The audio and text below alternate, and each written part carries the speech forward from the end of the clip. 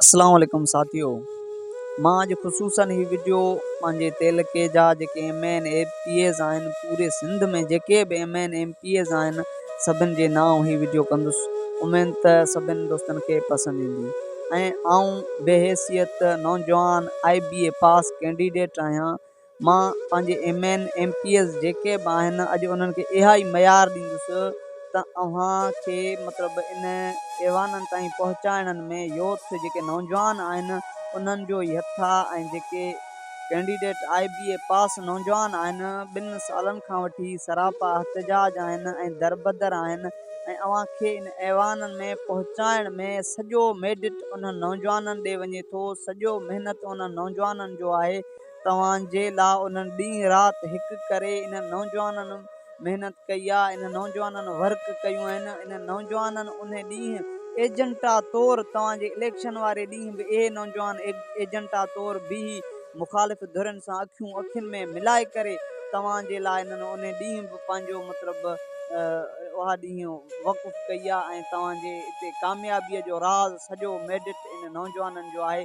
ॿारहाड़ी जे मतिलबु अबोज न्याणियुनि खे ऐं जंहिंखे का ख़बर ई न आहे वोट छा आहे, वोट कीअं ॾिबी, कीअं बूथ में वञिबो, जेको बि सॼो जेको सिस्टम आहे उहो सॼो सिस्टम हिननि नौजवाननि कराई आहे। ऐं हिननि नौजवाननि जो तव्हांजे मतिलबु कामयाबीअ में सभु हथु हिन नौजवाननि जी आहे। ऐं तव्हां ऐवाननि में पहुचण खां पोइ रोज़ु ॾिसो था सोशल मीडिया ते हिन नौजवाननि सां कहिड़ा हशर पिया थियनि। कॾहिं लठबाज़ी पई थिए रोज़गार जे करे, कॾहिं हिननि ते पुलिस गर्दी पई थिए, कॾहिं कोर्टनि जा चकर पिया काटीनि। तव्हांखे हैफ़ हुजे, तव्हांखे हैफ़ हुजे। ॿ लफ़्ज़ बि कॾहिं तव्हां ऐवाननि में हिन नौजवाननि जे लाइ ॻाल्हाइण गवारा न सम्झो। हिननि जे लाइ हिननि जे हक़ में ॿ लफ़्ज़ बि तव्हां न ॻाल्हाया ऐवाननि में त हिननि जो बि हक़ आहे। हिन नौजवाननि खे हिननि जो हक़ ॾिनो वञे। हिननि जो राइट आहे, हिननि जो क़ानूनी हक़ आहे। ही टेस्टियूं पास करे नौजवान आया आहिनि। हिननि खे हिननि जो रोज़गार ॾिनो वञे। तव्हांखे हैफ़ हुजे। ॿ लफ़्ज़ बि तव्हां मां कंहिं MNA MPA जे ऐवाननि में ॻाल्हाया हुजनि त मूंखे ॿुधायो। तव्हांजे लाइ जिन नौजवाननि पंहिंजो ॾींहुं राति वक़ुफ़ करे पंहिंजा कम सीड़ाए, पंहिंजा ज़ाती कमकार मफ़ाद सीड़ाए करे तव्हांजे लाइ हिननि मुखालिफ़ धुरनि सां अखियुनि में मिलाए करे एजेंटा तौरु बि तव्हां हिननि नौजवाननि कमु कयो। पर अॼु हैफ़ आहे तव्हां हुन नौजवाननि लाइ ॿ ॻाल्हियूं करण लाइ बि तयारु कोन आहियो। तव्हांजे हथ में आहे सभु कुझु पर तब नथा ॾियो। पर ॿ ॻाल्हियूं ऐवान में बीही आवाज़ उथारण लाइ बि तव्हां तयारु कोन आहियो। उहे ॿ लफ़्ज़ बि हिन नौजवाननि जे ज़िंदगीअ खां तव्हांजा क़ीमती आहिनि। हिन ॿिनि लफ़्ज़नि जे करे बि तव्हां खां ही नौजवान माना घटि आहिनि। हिन 10 नौजवाननि जेका पंहिंजी ज़िंदगी पंहिंजी जेका क़ीमती टाइम वक़ुफ़ करे तव्हांखे हिननि ऐवाननि में वेहारियो आहे। हिननि पंहिंजो महिनत करे हिननि जे मेडिट ते तव्हां हिते जॾहिं पहुता आहियो अॼु उन्हनि नौजवाननि जे लाइ ॿ लफ़्ज़ तव्हां वटि कोन्हनि जेके हुननि जे हक़नि जे बारे में तव्हां ॿ लफ़्ज़ ॻाल्हायो। अफ़सोस अफ़सोस तव्हांखे हिते पहुचाइण में शाबस आहे हिन नौजवाननि जे।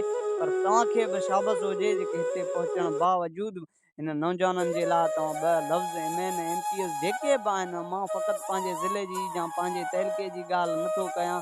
मां पंहिंजे PS 78 जी ॻाल्हि नथो कयां। मां पूरे सिंध जी ॻाल्हि कयां थो। ही पूरे सिंध जा नौजवान आहिनि। तव्हां भले ॾिसो 27-28 महीना थी विया आहिनि सरापा हथजाज आहिनि। तव्हांजे इलेक्शन खां पहिरें हिननि टेस्ट पास कया।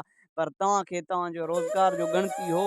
तव्हांखे हिननि मतिलबु वोट ॾेई करे खटरायो, पंहिंजे ऐवाननि ताईं पहुतायो, पंहिंजे सीट ते वेही करे। तॾहिं बि ऐवान में ॿ लफ़्ज़ ॻाल्हाइण लाइ तव्हां गवारा नथा कयो। ऐं हिन नौजवाननि जे हक़ में ॿ लफ़्ज़ कंहिं MNMPA न ॻाल्हाया अॼु ताईं।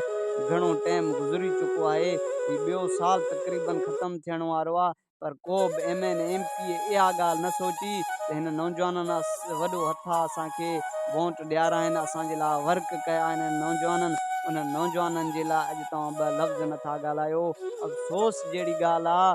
अञा मथां हिननि जे छिथरूं था कयो, चर्चाऊं था कयो, छोला खपाइनि ऐं ॿिया हज़ार हिननि खे टोकूं चणा खपाइनि।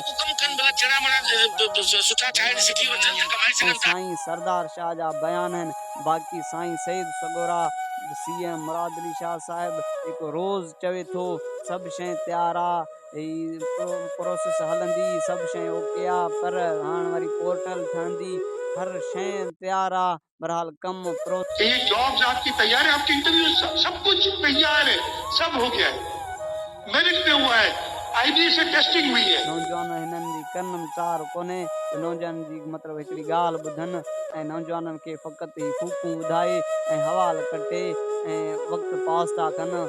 सही आहे, वक़्तु गुज़री वेंदो, वक़्तु वेरी आहे गुज़री वेंदो, वरी बि तव्हां ईंदो, वरी बि हिननि नौजवाननि में तव्हांजा कमु पवंदा। इहे साॻे ई नौजवान आहिनि जिन्हनि तव्हांखे हिते पहुचायो ऐं तव्हांजे हुकूमत ऐं तव्हांजे हुकूमत जी मंशूरा बीबी आएगी रोजगार लाएगी, बीबी आएगी रोजगार लाएगी, लेकिन आपके हुकूमत दौरान ये कितने नौजवान रोजगार के लिए दर बदर हैं, दर दर के ठोकरें खा रहे हैं।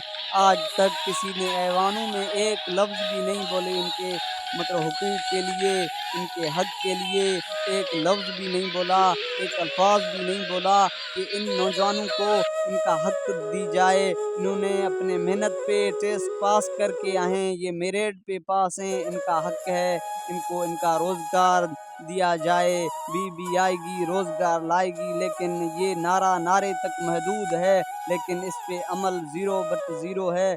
लेकिन आज तक नौजवान सरापे एहतजाज हैं, किसी भी एक नौजवान को रोज़गार नहीं मिला है। आपके हुकूमत के दौरान ये अभी दूसरा साल ख़त्म होने वाला है, लेकिन आज तक किसी एक नौजवान को मेरिट पे आप 5 to 15 वालों में किसी एक को भी रोज़गार नहीं दे सके, आप एक को भी रोज़गार नहीं दे सके। आज तक ये सारे नौजवान आपके हुकूमत के दौरे से पहले के टेस्ट पास हैं।